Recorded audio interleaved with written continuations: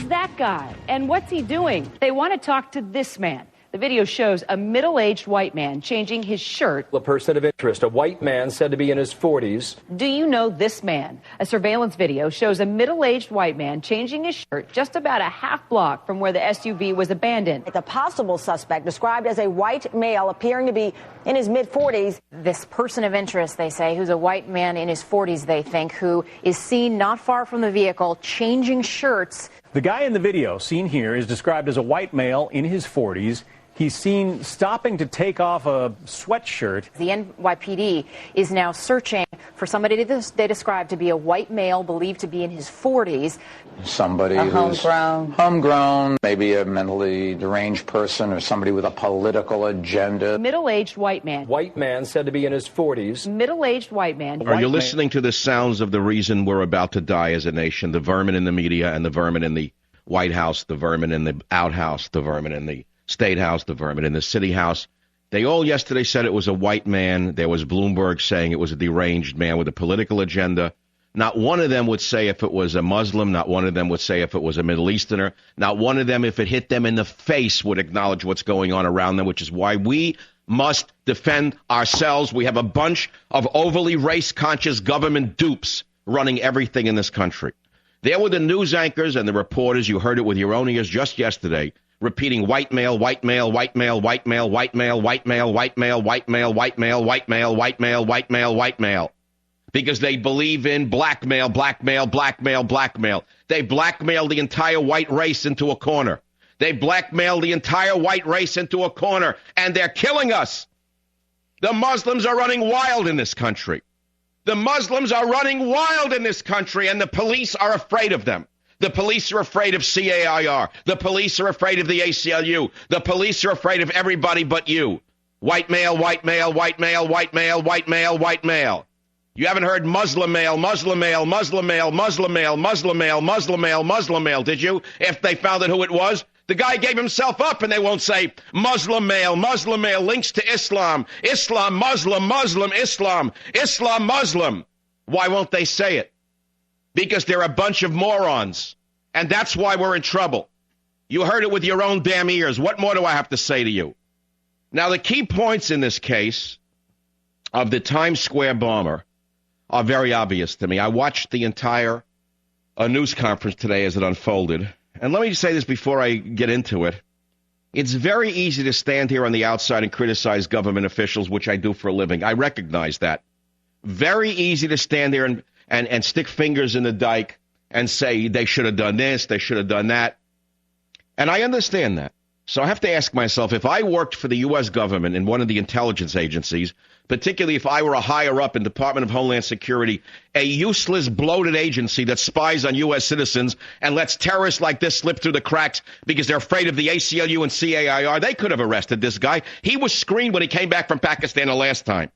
But she didn't touch him, Janet Napolitano. In fact, if you listened to the news conference, it was revealed that this bastard, when he returned from Pakistan the last time, this bastard underwent some kind of secondary screening after he returned to the U.S. And that now somehow led to his arrest. So you have to ask yourself, why was he screened when he came back the last time?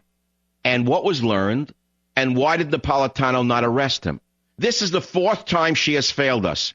This is the fourth time she has shown her incompetence.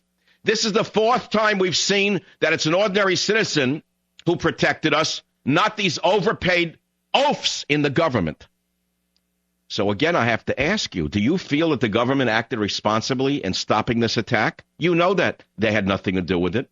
The only reason the bomb didn't go off is because this bastard didn't know how to make a bomb properly.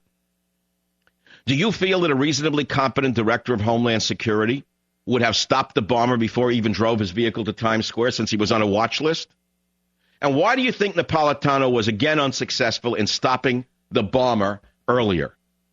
Next, we have to ask ourselves, should we let more Muslim immigrants into the country? Oh, yes, I'll ask the question until they put me out of business. I'll ask it until you hear it, you schmucks, you. Should we let more Muslim immigrants into the country? Next, we'll ask this. Who in the media seemed most disappointed today that the bomber turned out not to be a white man after he was identified as a Muslim from Pakistan? Who in the media seemed most boo-hooish today that the bomber wasn't another Timothy McVeigh, or he didn't match the protocols of the militia up in Michigan? The FBI revealed today that the bomber was questioned, and then he was read his rights or Mirandized. I ask you, should he have been Mirandized at all before he was rubber-hosed for information? Now, you understand why we're in trouble in America, don't you? Because we no longer have police that are able to do their work. Now, that's not saying there aren't police who couldn't do their work. There are. There are very good police out there with the guts to do the job that we can't do. There are watchdogs, but over them are the cowards. Above them are the politicians. Above the politicians are the outright traitors. And above the traitors are the foreign sources that control this country. So again, I say to you, let's go back together. Let's listen to the sound together. White male, white male, white male, white male, white male, white male, white male, white male. Bloomberg, the moron mayor of New York, distinctly proved that not only that a billionaire can not only be a criminal like Madoff, but a billionaire can also be a moron like Bloomberg. It just shows you don't have to be smart or intelligent to be a billionaire. Yesterday he was saying it was a homegrown terrorist who was disgruntled. Now it gets worse. Wait, it gets worse. CNN, the seditious news agency, actually put out a piece where they felt bad for the bomber because his house had been foreclosed. Listen to clip 15. Firm that his house was foreclosed on in recent years. I mean, one would have to imagine that brought a lot of pressure and a lot of heartache on that family. Yeah, she said July of 2009 they left, and then shortly after that she says they changed the locks on the home. Did they say that they gave him locks? Did they give him bagels at all? Or what did she say? They changed his locks or they gave him locks? Or someone denied him locks and bagels? Is that why he did it? All right, so we're looking at this, and we know a few things. We know that Janet Napolitano is the most incompetent Homeland Security Secretary. Possibly it's impossible to find anybody more incompetent than her. Impossible. She failed with the Christmas bomber. One after the other, her agency has failed us. He was under surveillance. They didn't take him in. Why? They're afraid of the ACLU and CAIR, in my opinion, I'm guessing. But wait, there's more. There's a show on Fox News that is run by a man who's been faking it for many years. He started as a fill-in for Rush Limbaugh, got lucky. I don't hold it against him that he only went to high school. That means nothing. I know many people who went to high school did very well. But this one wraps himself in the flag. I call him wallbanger affectionately for a couple of reasons. And he continuously has Democrats on who he kisses the ring. He has a schmuck on named Bob Beckel, who yesterday said this on Wallbanger show on Fox. Listen to 16. That they have a person of interest as a naturalized American citizen returned to the country after spending several months in Pakistan. Is it too early to read into that? No, I still think the jury is out on this. I think it could be a right-wing militiaman involved in this.